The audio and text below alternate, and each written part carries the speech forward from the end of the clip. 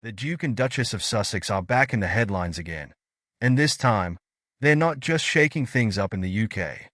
According to recent reports, Prince Harry and Meghan Markle have set their sights on a picturesque piece of Portugal.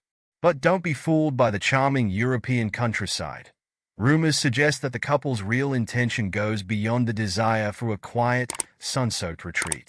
In fact, their so-called move might just be the latest chapter in a master plan to reignite their royal relevance. But from a safe distance, of course. Costa Tay CEO Mike Meldman, the man behind the elite development where Harry and Meghan allegedly purchased land, has revealed some eyebrow-raising details about the nature of their Portuguese property. Spoiler alert, the royal couple might not even live there, and this move could be less about putting down roots and more about a grand PR stunt. Meldman's Bombshell revelations paint a picture of a land acquisition steeped in intrigue, star-studded connections, and whispers of scandal that beg the question. Is this yet another example of the Sussexes chasing the spotlight? Let's dive into what we know about the latest twist in the ever-growing Sussex saga. Thank you so much for watching this video. Please don't forget to hit the like button and subscribe to my channel. A rival royals scheme? It all started with rumors swirling around Harry and Meghan's supposed purchase of a new home in Portugal. The story has sparked debates among royal watchers and commentators alike. Why would two people who voluntarily left the British royal family to seek freedom from the press suddenly want to move to Portugal? According to sources close to the couple, it's not just about a leisurely retreat. It's about establishing a new kind of royal brand. Royal commentator Richard Eden from the Daily Mail believes that Harry and Meghan's move to Portugal is part of a wider plan to become what he terms rival royals. The couple may be attempting to recreate a royal-like existence, but far away from Buckingham Palace and Windsor Castle. The idea behind this so-called rival royals agenda is as audacious as it is ironic. Harry and Meghan, who famously left the UK in 2020 after stepping back from their official duties, may be trying to reinvent themselves as Europe's quasi-royalty, only this time on their terms.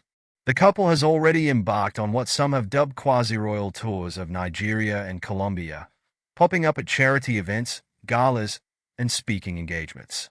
Now, with Portugal in the mix, it seems the Sussexes are attempting to cement themselves as global figures with a royal flair, minus the titles. But here's the twist. Richard Eden speculates that this Portugal move might be a launching pad for something bigger, perhaps even a Europe-wide takeover of the spotlight. With their sights set on a cozy home in a star-studded development in Portugal, could this be the beginning of their reign as unofficial royals, only this time from across the water? Enter Costa Tay CEO, Mike Meldman. As intriguing as Harry and Meghan's alleged plans for Portugal sound, nothing adds more spice to the story than the involvement of Costa Tay CEO Mike Meldman. Meldman, a well-known figure in elite real estate circles, is the driving force behind the luxury development where the Sussexes are rumored to have purchased a property. But here's where things get interesting. Meldman has recently revealed that this so-called royal hideaway may not be what it seems.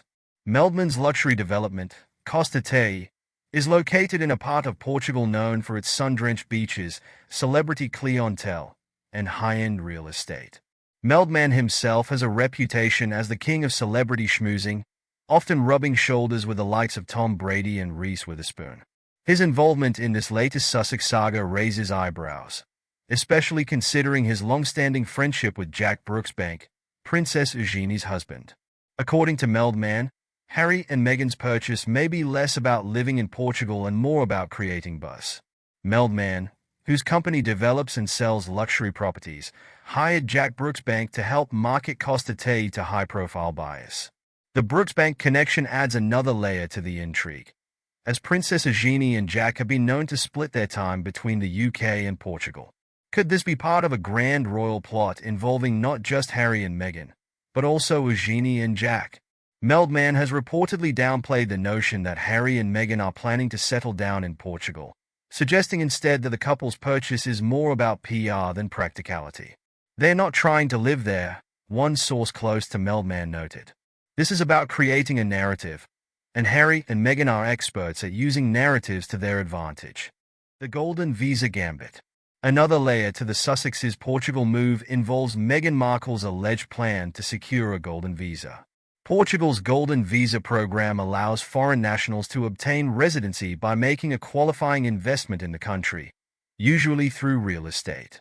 It's a fast-track way to gain residency in Europe, and for Meghan, this might be a way to re-enter the continent that rejected her royal ambitions. According to insiders, Meghan's team has been scrambling to finalize the paperwork before Portugal shuts down the golden visa program later this year. What's the rush? As with most things Sussex, it seems to be about control. Meghan, who once flirted with the idea of becoming a British citizen before the couple left the UK, may now see a European residency as a power move.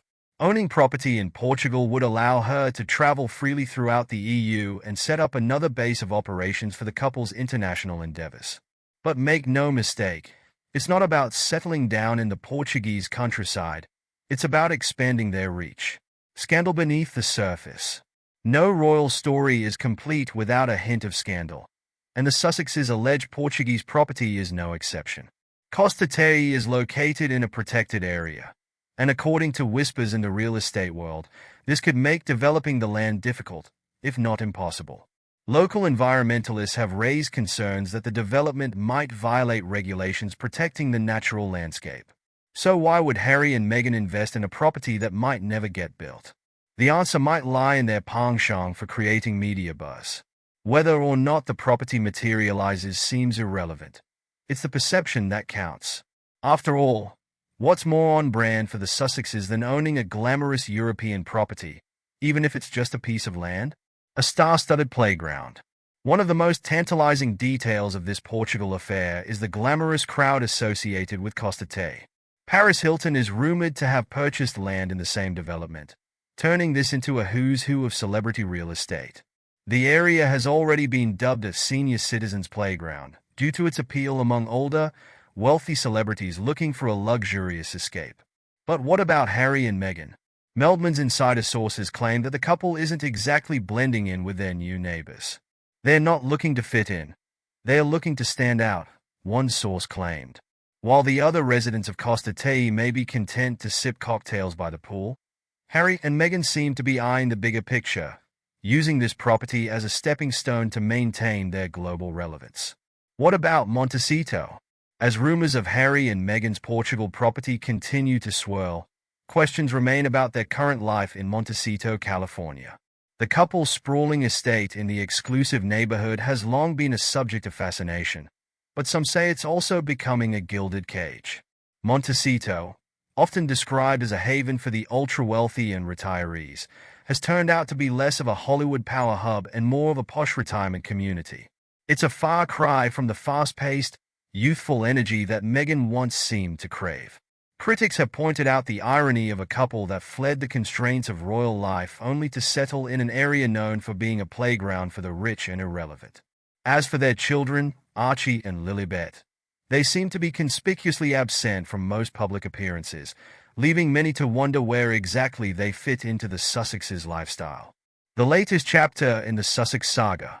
At the end of the day, the Portugal house story is yet another twist in the ongoing soap opera that is the life of Harry and Meghan. From royal renegades to quasi-European royalty, their journey has been nothing short of dramatic. Whether their Portuguese property turns into a permanent residence or remains just another part of their PR machine, one thing is certain: Harry and Meghan know how to keep the world talking. With Costa Tei's CEO Mike Meldman revealing the fake nature of their property scheme, it's clear that this latest chapter is more about narrative than reality. And as the couple continues to navigate their way through the complexities of life after royalty, the world will be watching, wondering what their next move will be. Will Portugal be the beginning of their rival royal reign, or just another glittering mirage in their ever-growing collection of media spectacles? Only time will tell.